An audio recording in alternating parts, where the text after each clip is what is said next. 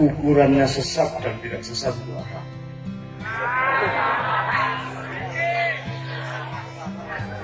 Loh, ini sederhana kok. Ya, sederhana sekali. Anak SMA sudah saatnya tahu itu ya. Ya, Dik. Monggo, Dik. Menurut kami sesat dan tidak sesat itu karena kami juga ilmu agamanya masih sangat dangkal. Perbedaan antara sesat dan tidak sesat itu sebenarnya yang sesat itu menyimpang dari apa yang diajarkan oleh Nabi. Akidahnya yang menyimpang itu seperti itu Pak, kira-kira.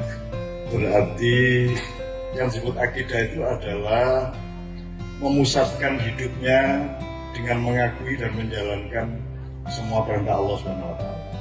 Itu ya. Dan mengakui kerasulan Muhammad SAW. Jadi asalkan masih bersyahadat dia belum sesat gitu kan. Kira-kira gitu ya. Tapi selama ini yang disebut sesat itu ya bersyahadat. Kok terus disebut sesat itu dia ceritanya itu. Jadi ukuran sesat itu saya kayak wong kafir. Si kafir itu ono bedane kafir, musyrik, munafik itu kudu ngerti tenan. Nek wong dudu Islam ning ngakoni ana Gusti Allah kudu kafir. Dia masih mengakui Allah, cuma dia tidak mengakui Muhammad. Tapi tauhidnya tetap. Tapi dia belum syahadatain. Gitu. Itu tidak bisa disebut kafir. Kalau kafir itu betul-betul tidak mengakui dan tidak concern sama Allah, itu namanya kafir. Kalau menuhankan yang selain Allah, namanya musyrik. Kalau munafik adalah orang yang ketok nyembah Gusti Allah ning jajane ora, itu namanya munafik. Sing paling abot sing di kafir, musyrik, munafik. Menurut gue munafik, nganggo mikir kok. Ya. Munafik. Kenapa kalau munafik lebih berat ngadepinya?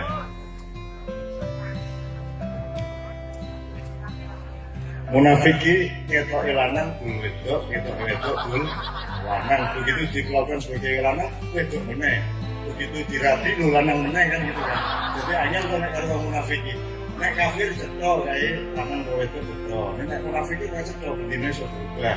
Jadi satu orang munafik itu lebih merepotkan dibanding 100 orang kafir.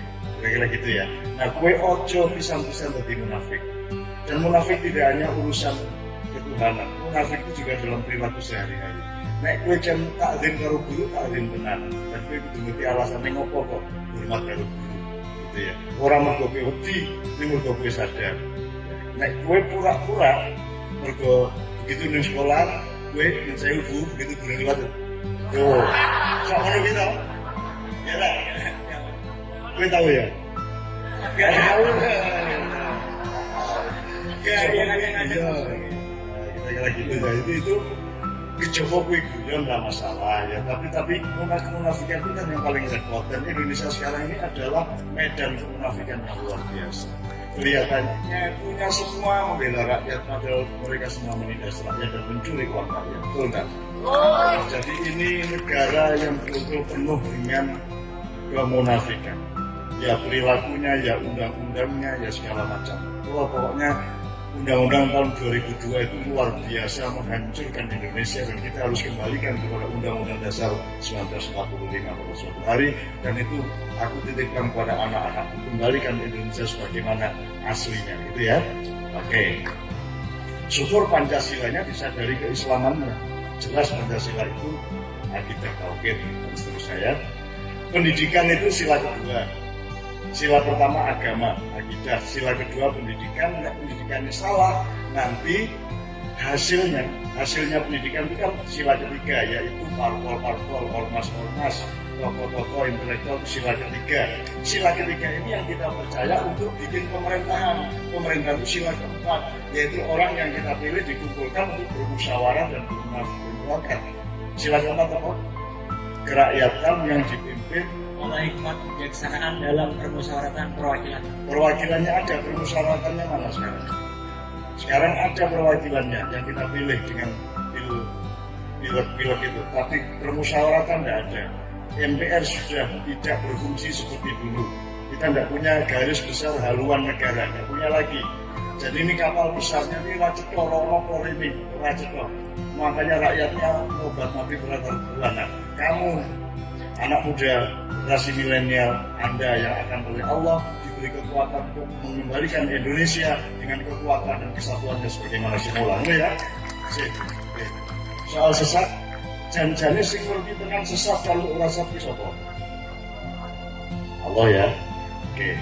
Jadi nek ana ngerti sesat aja percaya sik, didoleki sik, didelok sik, dinilai sik. Aja langsung percaya. Jare wong Jawa aja gumunan, aja kagetan, aja dumeh. Ora aja dumeh, aja sik didelok sik. Aja benci sik. Kan hukumnya dalam Al-Quran, rumusnya kan asa antu krihu syai'an wa wa khairul lakum wa asa antu hibu syai'an wa wa syarrul lakum. Setole yo apa sing kok benci kuwi mungkin kuwi malah sing apik lho kowe. Diitung meneh. Apa sing kok senengi, sing kok tresnani, sing kok bela-bela mati-matian jebul kuwi sing mbayani kowe. Kuwi sing buka lawang dienggo penjajahan Cina dan Amerika sekaligus. Sehingga Republik Indonesia menjadi poliandri, janda kembang yang dikawini dua lelaki sekaligus. Digilir awan Cina dunia Amerika. Iya, aku ngomong terang-terangan, mulanya aku ngomong, empuk diteruske. Mungkin kaget loh, ada banyak yang Anda tidak tahu tentang Indonesia. Ini rakyat ini punya rahasia yang tidak aneh. Sampai paling pol menjalankan tugas dari Dajjal dan Ya'juj Ma'juj. Dulu Dajjal sudah, sekarang giliran Ya'juj Ma'juj ikut masuk ke sini. Jangan lupa, Indonesia ini ada darah iblisnya. Iblis itu luwih senior, luwih ampuh. Nek wis ngamuk bocah-bocah kuwi mudar kabeh kuwi. Kurang dihitungan cacah. Nek wis ngono kuwi wah wis medeni Indonesia. Imanya tidak ada yang berani. Dan kita seakan-akan tenang-tenang saja di perlawanan seperti itu, tapi jangan lupa akan ada hari di mana mereka akan kaget terhadap apa yang mereka lakukan. Maka sejak sekarang saya akan peringatkan kepada mereka, dipikir meneh Pak, dipikir meneh, dihitung meneh, jangan GR sama Indonesia. Iki Indonesia loh, iki aneh loh, iki bonek kabeh, kabeh. Ya, bondo Bismillah, orang sembahyang ya kundelok. Kenapa wong iki? Saya benar ya. Gusti Allah rampan kabeh. Oh Indonesia itu dia alasan apa wae? Ora mati-mati dia tapi dijak-jak ora mati-mati, digawe sedih ra iso. Ono kasus apa langsung gawe meme, langsung gawe apa ono kae. Ono nusron ngomong yang Al-Quran hanya Quran terus digambar kalau Quraisy ini.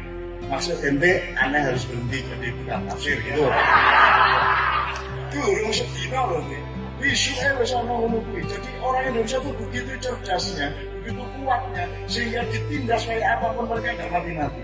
Sehingga suatu hari penindas akan capek sendiri. Diperkosa berjam-jam.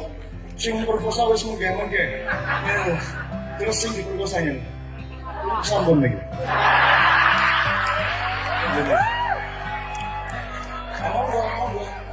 Untuk saja nggak pernah.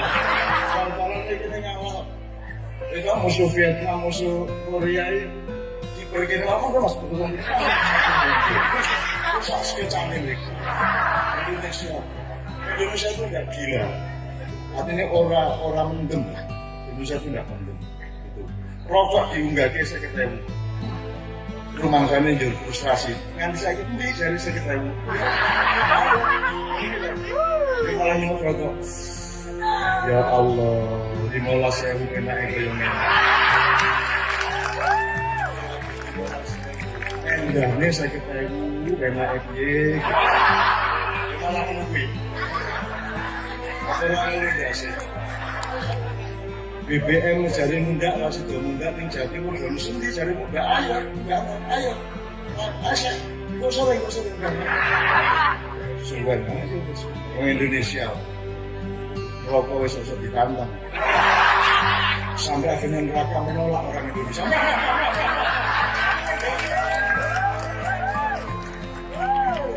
Rokok ini mintamu ya Allah, aku siap bertugas melaksanakan perintahmu dengan satu syarat, jangan orang Indonesia masuk. ditertawakan. Ya kan? Awal jadi status di nolak. Terus pemikirannya diteruskan sampai matang betul ilmunya, sampai matang mentalnya, sampai matang spiritualnya. Dan jangan ada yang bidang. Matang intelektual, matang moral, matang mental, matang spiritual.